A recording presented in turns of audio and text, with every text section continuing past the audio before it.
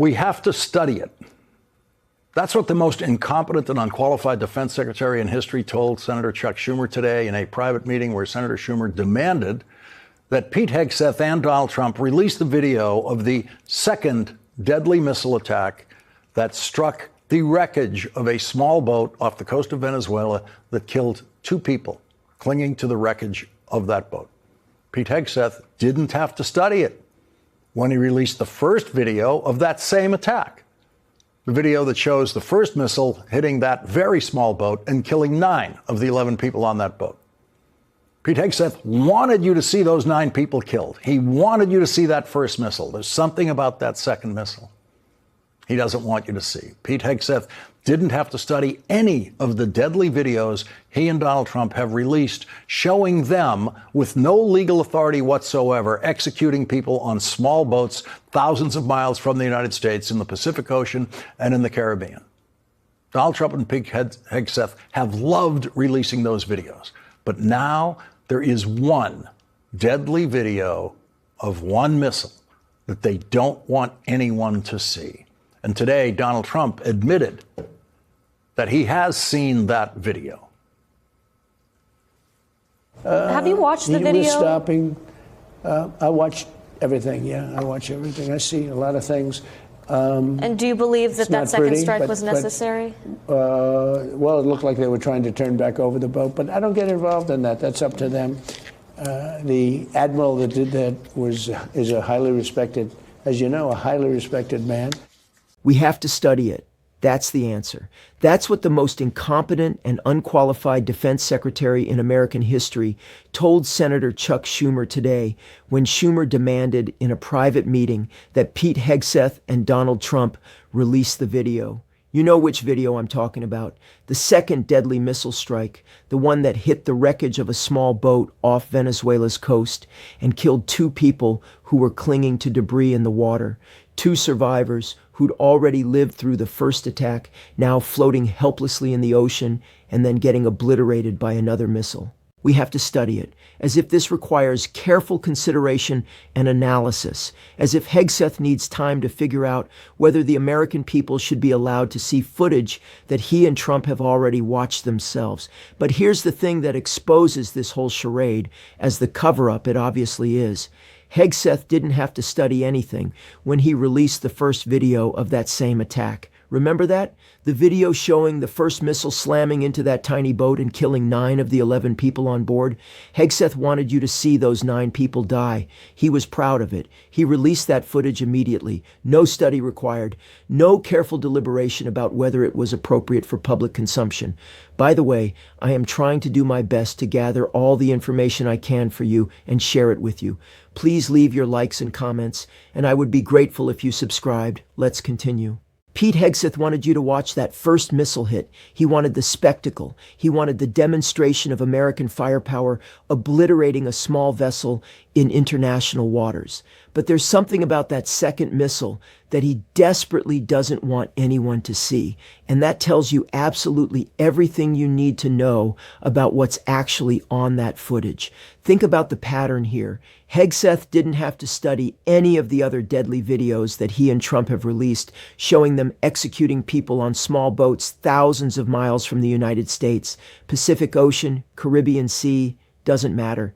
They've been releasing these videos like they're highlight reels, like they're recruitment footage for how tough and decisive American military action can be.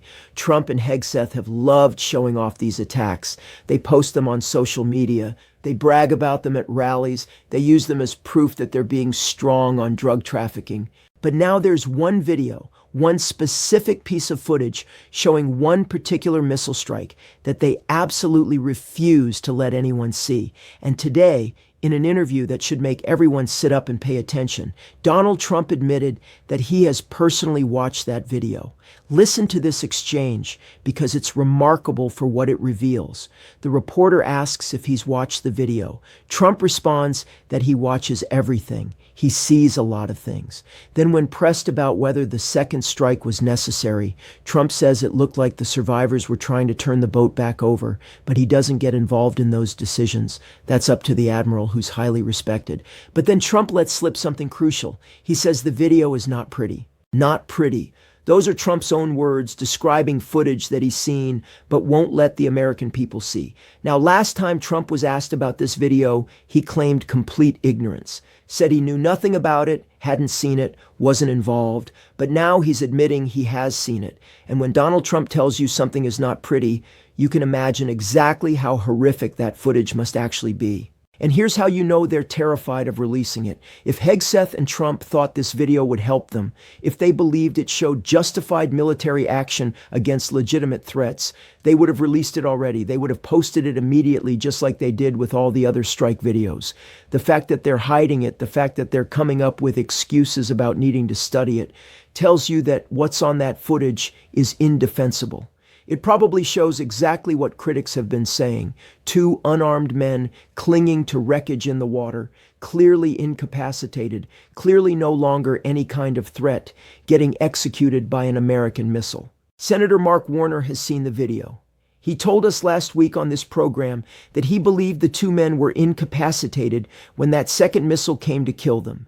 Today, Warner made another crucial point about the selective release of footage. He said it's strange that administration officials will release edited versions of videos they like to brag about, but then refuse to show the moments leading up to and including that second strike on September 2nd.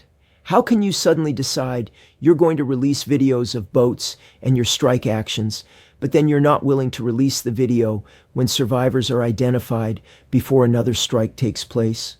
Warner said it doesn't pass any kind of smell test, and he's absolutely right. This is cherry-picking evidence in the most obvious and cynical way possible. Show the American people the footage that makes you look tough and decisive. Hide the footage that reveals potential war crimes. Release the video of the initial attack, but classify the follow-up that killed survivors. It's a cover-up, plain and simple, and they're not even being subtle about it. And now we're seeing something remarkable happen. Republican Senator Rand Paul is speaking out and correctly identifying everything that's wrong with these attacks. Paul said that if people saw the images of individuals clinging to wreckage, there would not be much sympathy for Secretary Hegseth. He pointed out that ordering the killing of people who are shipwrecked is clearly illegal according to military justice and our own military laws. This isn't a Democratic talking point. This isn't progressive activists making things up.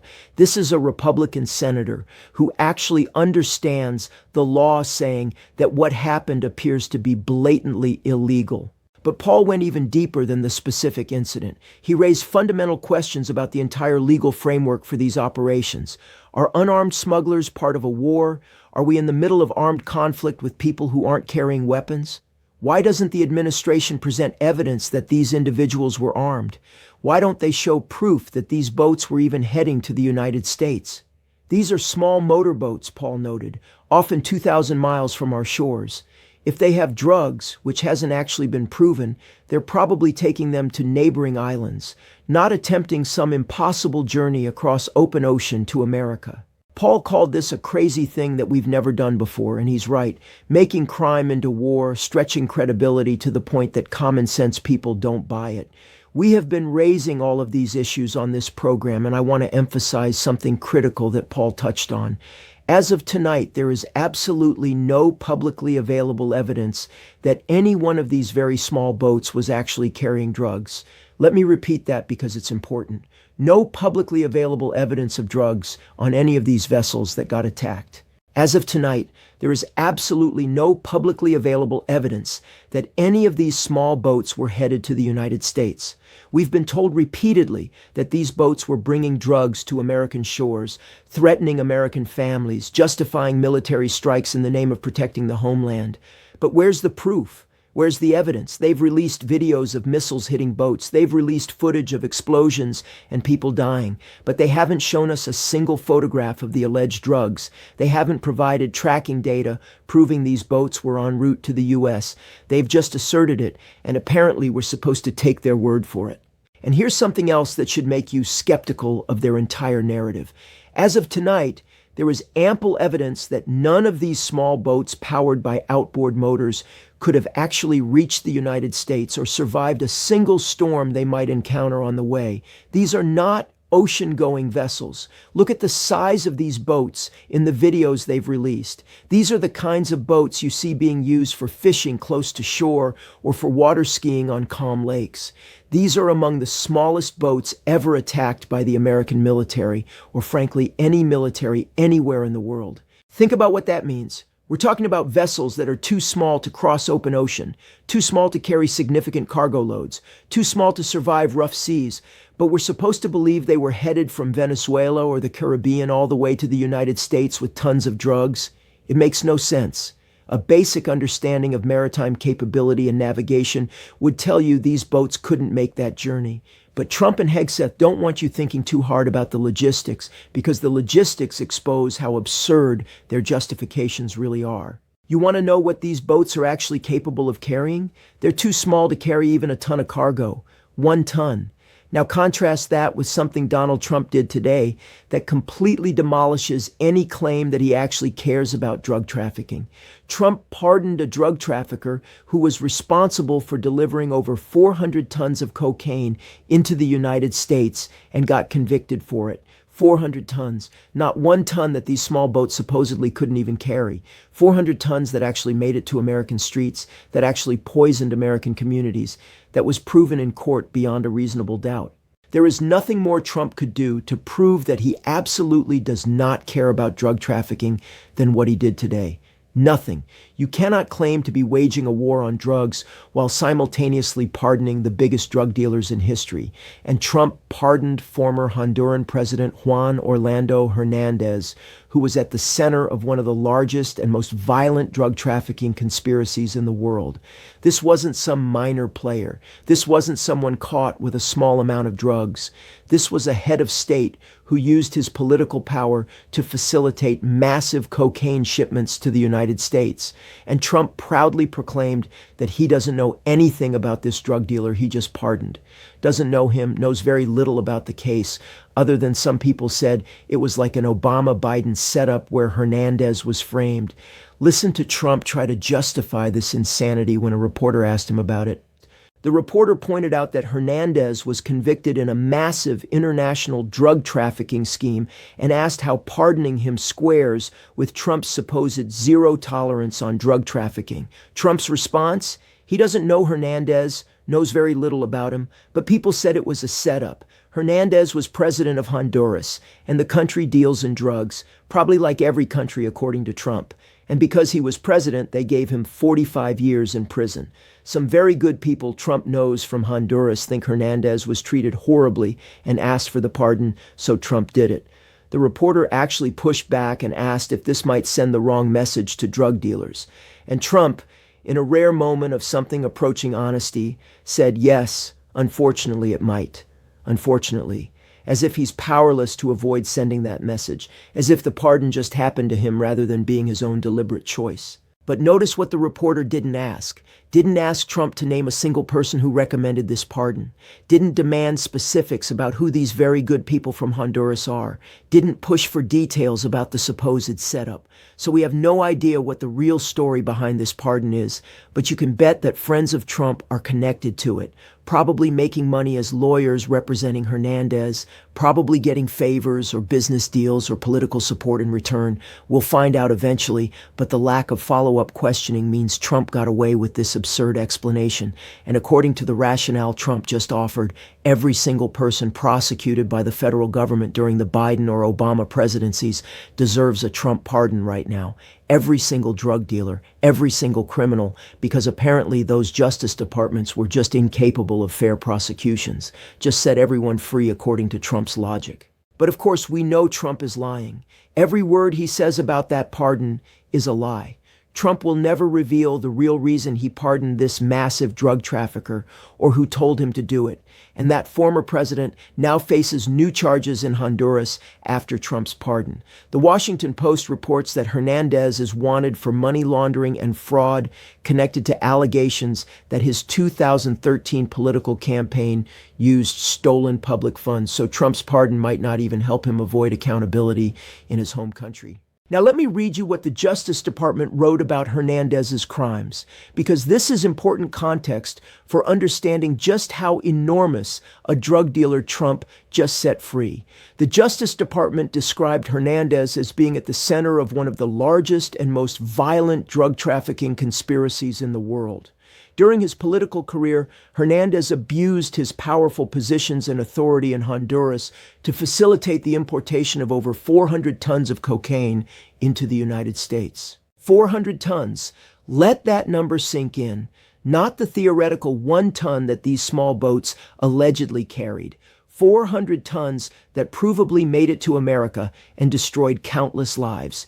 The Justice Department continued that Hernandez's co-conspirators were armed with machine guns and destructive devices, including AR-15, AK-47s, and grenade launchers. They used these weapons to protect massive cocaine loads as they moved across Honduras on their way to the United States, to protect the drug money they made, and to guard their territory from rivals. Hernandez received millions of dollars in drug money from some of the largest and most violent trafficking organizations in Honduras, Mexico, and elsewhere. He used those bribes to fuel his rise in Honduran politics. And as he gained power, he provided increased support and protection for his criminal co-conspirators, allowing them to move mountains of cocaine, commit acts of violence and murder, and help turn Honduras into one of the most dangerous countries in the world. That's the person Trump pardoned today. That's who Trump set free while claiming to care desperately about protecting Americans from drugs. And Trump admits he didn't read any of this. He doesn't read. He's completely uneducable because he refuses to read anything his job requires. So he walks into interviews declaring total ignorance about the person he just pardoned, and somehow that's supposed to be acceptable. The hypocrisy is staggering. Trump is killing people on small boats in international waters, claiming it's necessary to protect Americans from drugs, while simultaneously pardoning a convicted trafficker who brought 400 tons of cocaine to American streets using military-grade weapons and political corruption. You cannot square those actions. There is no coherent principle that justifies both. The only explanation is that Trump doesn't actually care about drugs at all. He cares about looking tough. He cares about showing force. He cares about posting videos of boats exploding. But protecting Americans from drugs, that's just marketing.